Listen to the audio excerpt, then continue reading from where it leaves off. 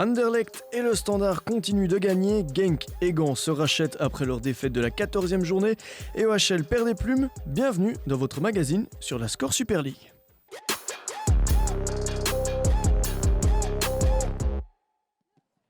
L'info mercato de la semaine dernière nous vient d'Anderlecht. Tine De Kenny jouera en Bundesliga la saison prochaine. Elle rejoindra l'équipe allemande Hoffenheim dès cet été.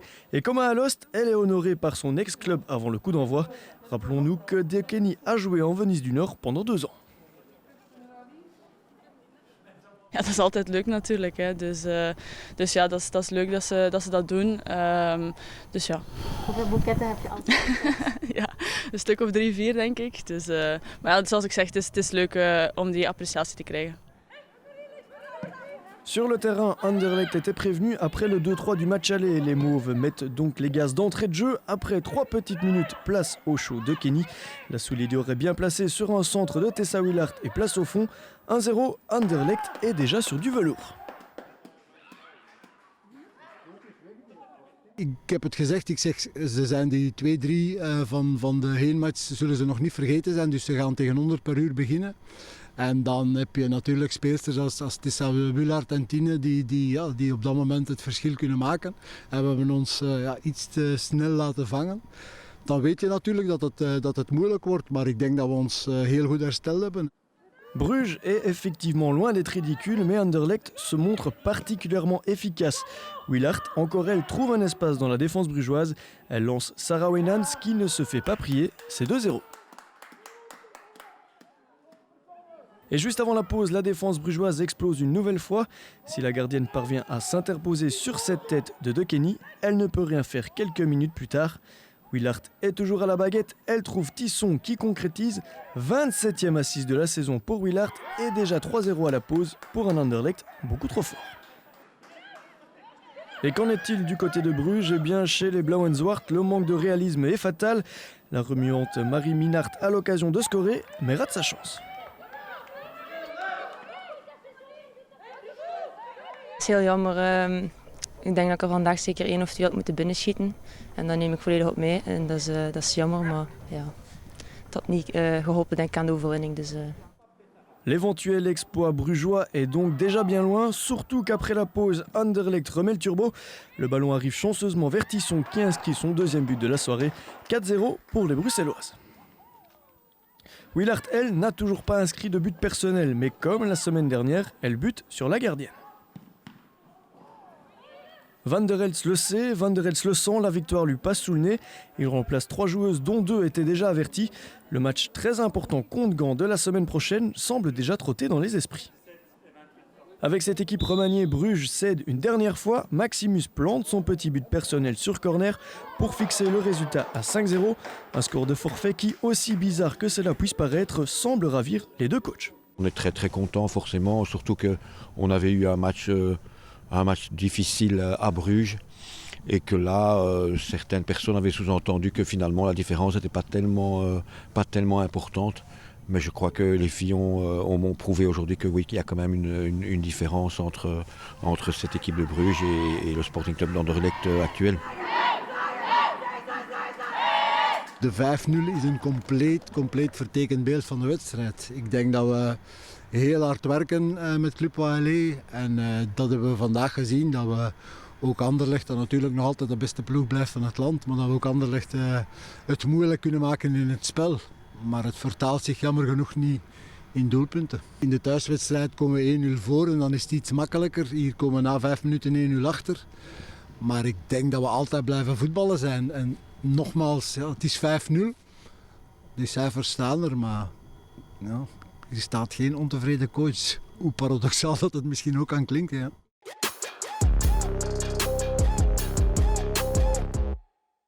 Après avoir perdu 2-0 à Bruges la semaine dernière sans pour autant démériter, les filles du Sporting de Charleroi reçoivent Gand ce vendredi soir. Des Gantoises qui avaient perdu face à Zult. Dès le début de la rencontre, les Flandriennes ont la maîtrise du ballon. Après à peine 10 minutes de jeu, elles ouvrent même le score. Bien servi par Van Britsom, et là Van Kerkhoven récupère le ballon et marque 0-1. Quelques minutes plus tard, Gand n'est pas loin de doubler la marque, mais Hudson repousse le ballon juste devant la ligne. Les joueuses de Dave Mattheus affichent de belles intentions.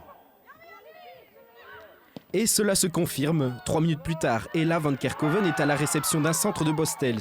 La Red Flames ne se loupe pas et signe déjà un doublé, 0-2. Les Gantoises méritent leur avance. On ne voit qu'elles dans ce début de match. Les Bleus ne s'arrêtent d'ailleurs pas en si bon chemin. Van Kerkhoven est omniprésente. Après 23 minutes de jeu, elle inscrit son 3e but sur un bel assist de Lommen. 0-3 pour Gand. Ik denk dat we gewoon collectief echt heel goed gevoetbald hebben vandaag. We hebben ook wel de ruimtes ervoor gekregen. Maar ik denk dat we samen echt heel mooi voetbal gebracht hebben. En dat we zo heel veel kansen hebben kunnen creëren. En we hebben ze ook afgemaakt deze keer, wat dat heel goed is. En fin de première mi-temps, Van Belle récupère le ballon et alourdit le score. Monsieur Federico siffle la mi-temps sur le score de 0-4. De son côté, Charleroi n'a pas su se créer la moindre occasion. En deuxième mi-temps, les Carolo reviennent avec de meilleures intentions. Ambre Collet se bat bien et empêche son équipe d'encaisser un 5e but. Quelques minutes plus tard, sur une perte de balle gantoise, Charleroi parvient à en profiter. Duterne inscrit le premier but Carolo, 1-4. Mais les Gantoises réagissent rapidement.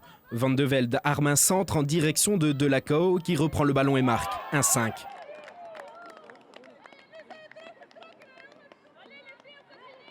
Cinq minutes plus tard, après une belle combinaison, le ballon est repoussé à plusieurs reprises, mais Matisse parvient finalement à le glisser au fond des filets, 1-6 pour Gand.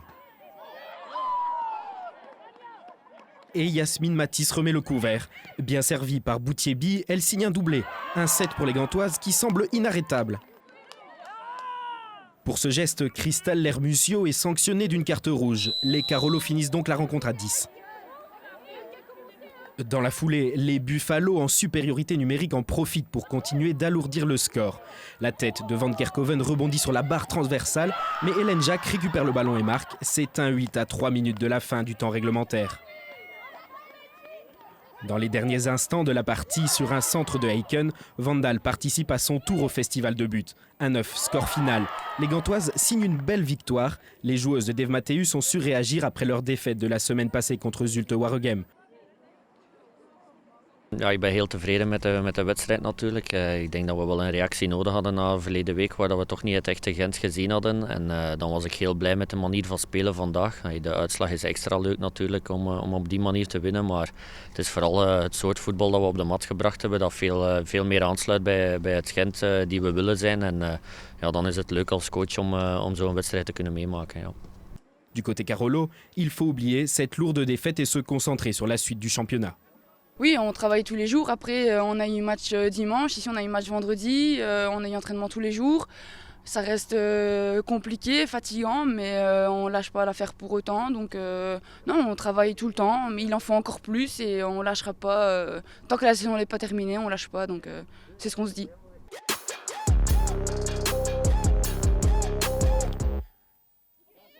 Du côté d'OHL, l'ambition est claire, faire bonne figure lors des dernières semaines de compétition. Alors que les autres équipes du top 4 vont toutes s'affronter entre elles, les Louvanistes devront faire le job contre des équipes du bas de tableau. La 3e place au classement est donc un objectif réalisable. Mais pour cela, il va falloir gagner contre Woluwe où le départ de la coach Audrey Demoustier a laissé des traces. Elle deviendra l'entraîneuse des U17 en équipe nationale et sera plus que probablement remplacée par le T3 et ex-coach de Charleroi, Tiziano Rutilo. Je ne peux pas encore l'annoncer parce que le président réserve ça bien chaud, mais il se dit quelque part que voilà, il va bientôt l'annoncer, on va dire ça comme ça.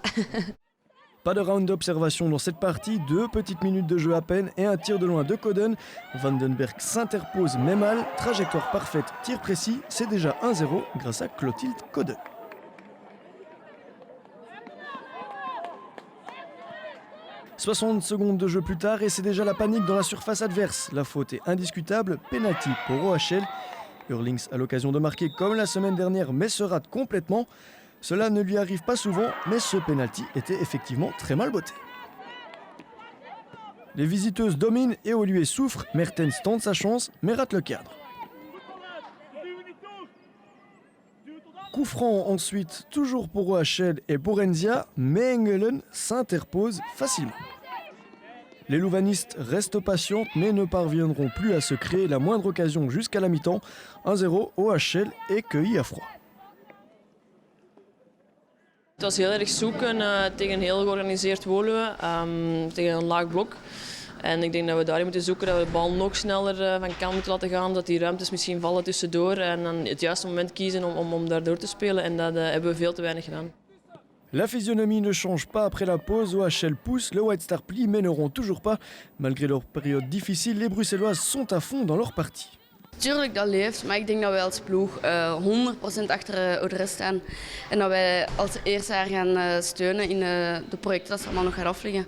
En volgend jaar is volgend jaar, daar denken we nu nog niet aan, eerst het seizoen afmaken. La plus grosse occasion est pour la mer qui rate. Louvain va devoir prendre plus de risques pour espérer gagner cette partie. Et peut-être que cette action va tout changer. Dinon écope d'un second carton jaune. Woluwe est à 10. Malgré son infériorité numérique, le White Star tente de repartir de l'avant et de quelle façon. La frappe de Ritov est limpide et heurte la transversale et le poteau. Pas de chance, c'est toujours 1-0. Côté louvaniste, l'occasion de revenir dans la partie se présente quelques minutes plus tard. Nouveau pénalty après cette faute dans la surface. Onzia se place derrière le ballon et concrétise. 1-1, Louvain revient au marquoir et arrache un partage miraculeux. On notera au passage une certaine tension en fin de match et une frustration côté louvaniste où on accuse le White Star d'avoir voulu gagner du temps. Tart alle verbeelding, denk ik, wat hier vandaag is gebeurd is ronduit belachelijk, denk ik. Ik wil er ook niet heel veel verder over uitbreiden, maar dit zijn toch taferelen die eigenlijk niet thuis horen op dit niveau. Ce premier partage de la saison ne satisfait donc personne côté OHL.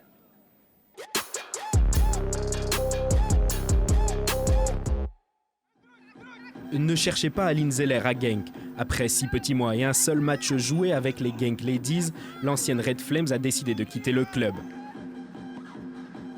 Aline heeft gespeeld, juist op Brugge gespeeld, 1 wedstrijd. En dan zijn blessure gevallen. En dan is ze hard gewerkt om terug te komen.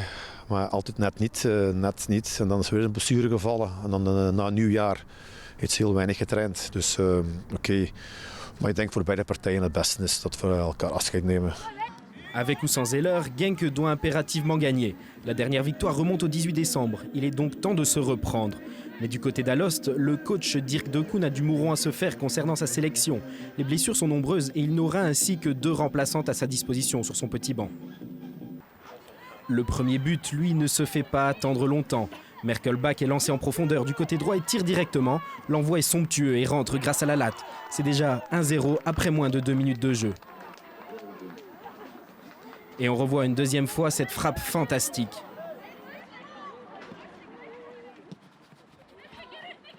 Au quart d'heure, Duisters s'infiltre et s'écroule au contact avec Pelens. Penalty.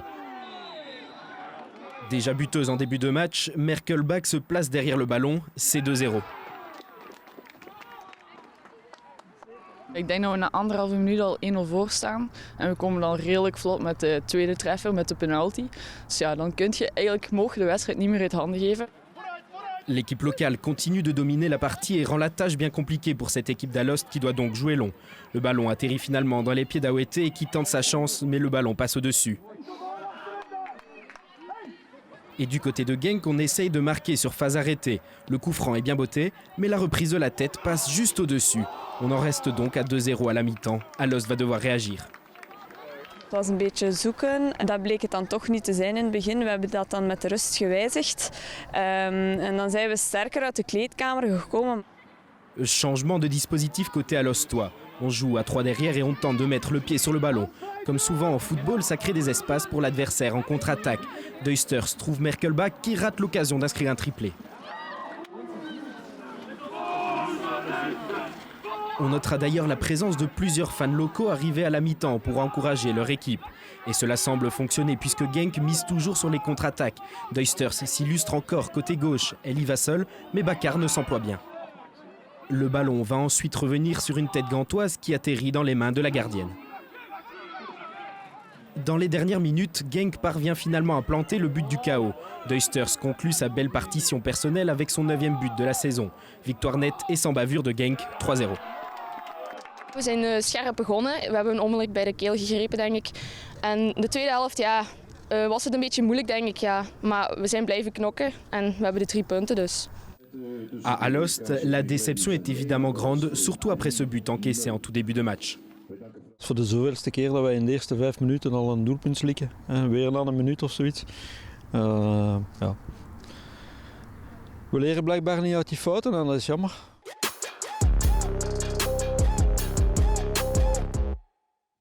Dernier match de la journée en Super League samedi après-midi entre Zulte Waregem et le Standard. À l'aller, le SEV s'était lourdement incliné 5-1, mais après la victoire face à Gand le week-end dernier, le moral est au beau fixe. Ik denk vooral dat we willen verder gaan op het elan van vorige week. We zitten inderdaad in een goed positief verhaal. We hebben vertrouwen. We hebben deze week echt wel goed gesproken ook dat het niet vanzelf gaat gaan omdat we gewonnen hebben in Gent. En we willen vandaag proberen te bevestigen. Al weten we dat kwalitatief Standaard een trapje hoger staat dan Gent. Maar we gaan vandaag gewoon alles geven en zien waar we uitkomen in het verhaal. Avant le match, place à la cérémonie. La liégeoise Davina Van Mechelen est sacrée joueuse du mois de février.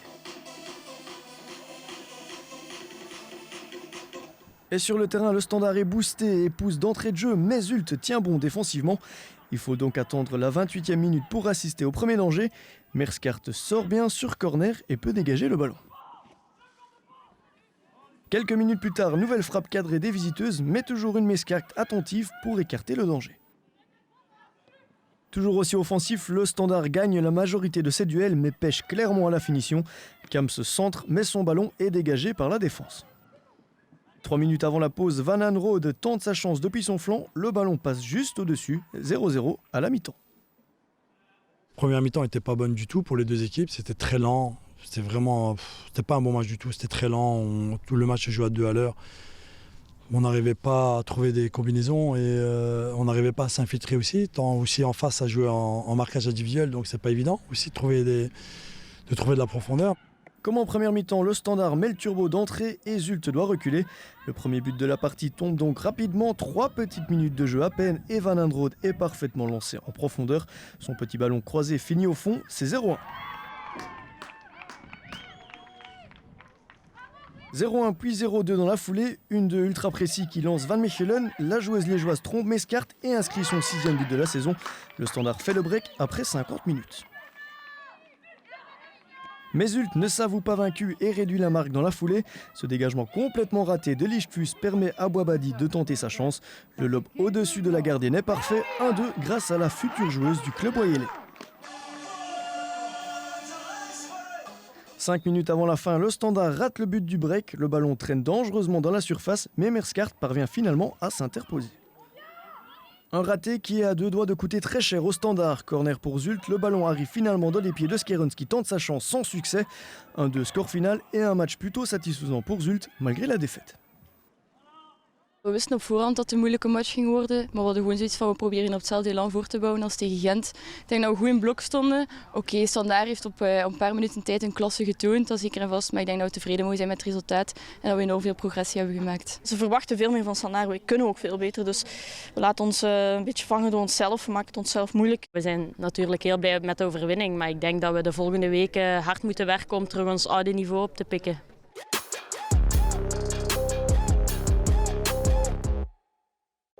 On regarde le tableau des résultats avec le festival de buts de Gand et les victoires convaincantes d'Anderlecht et de Genk. Au classement et à 3 journées de la fin de la phase régulière, le top 5 semble quasiment connu.